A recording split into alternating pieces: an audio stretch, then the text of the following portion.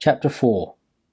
Why the kingdom of Darius, conquered by Alexander, did not rebel against the successors of Alexander at his death.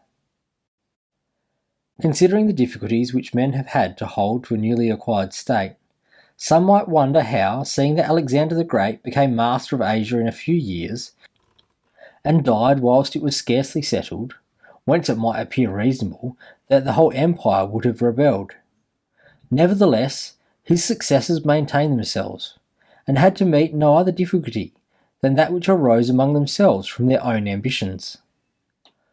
I answer that the principalities of which one has record have found to be governed in two different ways, either by a prince, with a body of servants who assist him to govern the kingdom as ministers by his favour and permission, or by a prince and barons, who hold that dignity by antiquity of blood and not by the grace of the prince.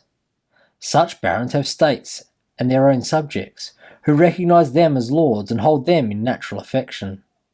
Those states that are governed by a prince and his servants hold their prince in more consideration, because in all the country there is no one who is recognised as superior to him, and if they yield obedience to another, they do it as a minister, an official, and they do not bear him any particular affection.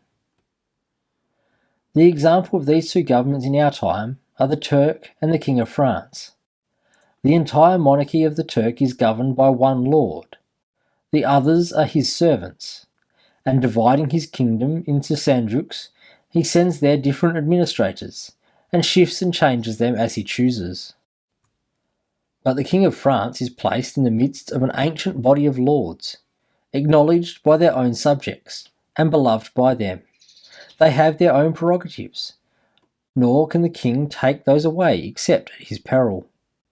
Therefore, he who considers both of these states will recognise great difficulties in seizing the state of the Turk, but, once it is conquered, great ease in holding it.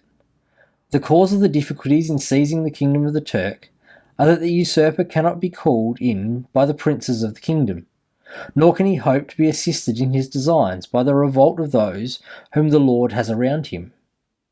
These arise from the reasons given above. For his ministers, being all slaves and bondmen, can only be corrupted with great difficulty, and can expect little advantage from them when they have been corrupted, as they cannot carry the people with them for the reasons assigned. Hence, he who attacks the Turk must bear in mind that he will find him united, and he will have to rely more on his own strength than on the revolt of others. But if, once the Turk has been conquered and routed in the field in such a way that he cannot replace his armies, there is nothing to fear but the family of this prince, and this being exterminated, there remains no one to fear, the others having no credit with the people. And as the conqueror did not rely on them before his victory, so he ought not fear them after it. The contrary happens in kingdoms governed like that of France, because one can easily enter there by gaining over some baron of the kingdom, for one always finds malcontents and such as desire change. Such men, for the reasons given, can open the way into that state and render the victory easy. But if you wish to hold it afterwards, you meet with infinite difficulties, both from those who have assisted you and from those you have crushed. Nor is it enough for you to have exterminated the family of the prince, because the lords that remain make themselves the head of fresh movements against you, and as you are unable to either satisfy or exterminate them, the state is lost whenever time brings the opportunity. For if you will now consider what was the nature of the government of Darius, you will find it similar to the kingdom of the Turks, and therefore it was only necessary for Alexander first to overthrow him in the field, and then take the country from him. After which victory, Darius being killed, the state remained secure to Alexander for the reasons above, and if his successors had been united, they would have enjoyed it securely and at their ease, for there are no tumults raised in the kingdom, except those they provoked themselves.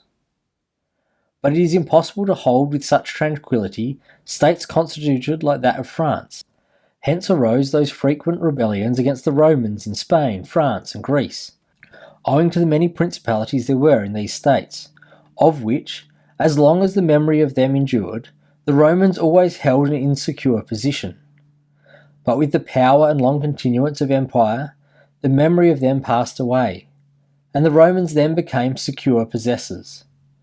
And when fighting afterwards amongst themselves, each one was able to attach himself to his own parts of the country, according to the authority he had assumed there.